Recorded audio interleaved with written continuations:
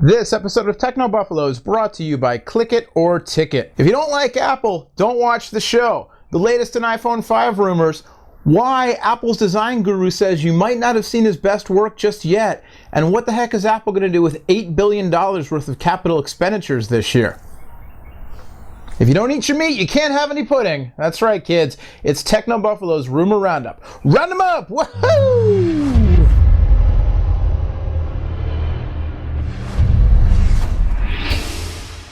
Bonus points to anybody who got the Pink Floyd reference. What's going on, everybody, and welcome to the Roundup. My name is Noah Kravitz. I'm editor-at-large for TechnoBuffalo.com, and this is your Roundup of the latest and greatest technology rumors for the week ending today, Friday, May 25th, 2012. This episode of Techno Buffalo on Revision 3 is brought to you by our friends at Click It or Ticket. First off, Apple's Senior Vice President of Industrial Design, Jonathan Ive, ahead of being knighted, receiving his knighthood in Britain, told the Telegraph UK that his most important and best work, we've not seen it yet.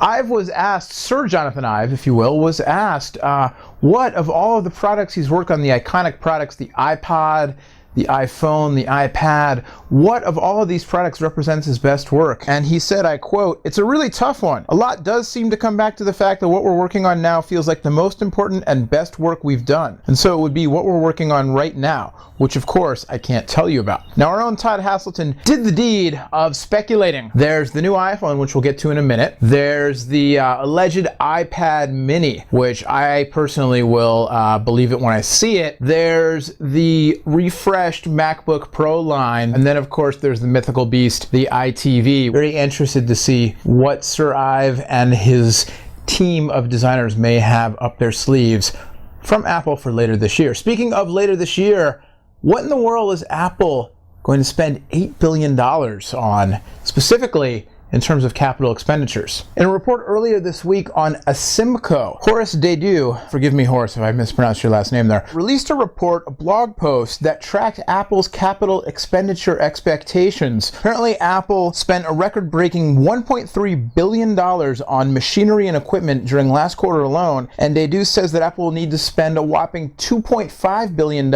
in each of the next 2 quarters in order to meet its capital expense expectations for fiscal year 2012.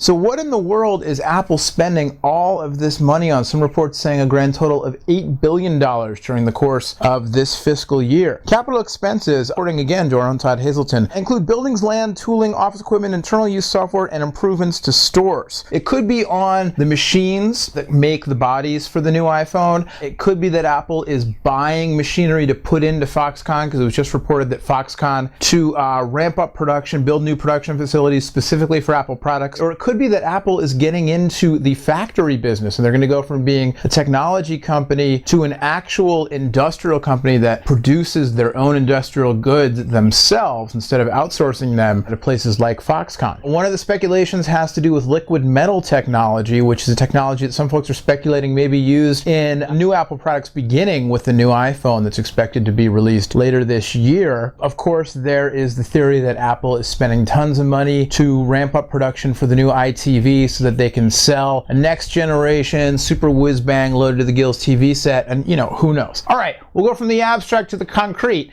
and we'll talk about the latest in iPhone rumors, including pixels, some actual specs, after this word from our sponsors. In an effort to save more lives on America's roadways, state and local law enforcement agencies are out right now. They're out in full force on the roads right now through June 3rd, 2012, teaming up with motorists to crack down on folks who don't buckle up before they drive. Did you know that motorists are 75% more likely to be killed in a rollover crash if they're not wearing their seatbelts? Think about that. All you have to do is buckle your seatbelt.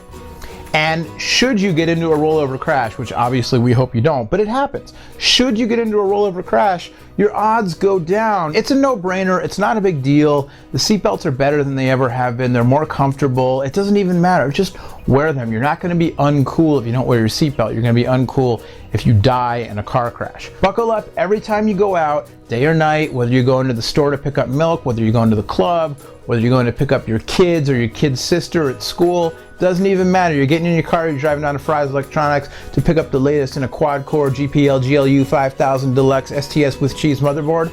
Buckle up your seatbelt. It's easy, it could save your life, and it's the law. Law enforcement agencies across the country are prepared to give tickets to anybody who's not buckled up.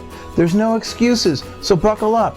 Click it or ticket. So last but certainly not least, what are N41AP and N42AP, and why should you care? They are the code names for the two iPhone prototypes that Apple is allegedly testing right now in preparation for a launch later this year, each with 3.95-inch displays. Now, if these pan out to be the real thing, if one of these is the real thing, Apple will probably just call it a 4-inch display because, you know, Roundup, Apple's not gonna announce a 3.95-inch display. They'll just call it 4. And apparently what they've done is they've elongated the display, so the aspect ratio is now just about 16:9. Now what Apple apparently is doing, if the reports are to be believed, is they have elongated the display so that the resolution is now 1336 by 640. And apparently iOS 6 is going to contain a new home screen layout that can allow for a 5th row of icons in, pardon my pun, the iconic grid of icons that has become the hallmark of iOS. Todd Haselton, again, it's the Todd Haselton Show, ladies and gentlemen, sourcing 9to5Mac and some other sources as well, that the overall size of the device will not change. The physical form factor of the new iPhone will stay at 1.94 inches. Instead, you'll just have less bezel. Also,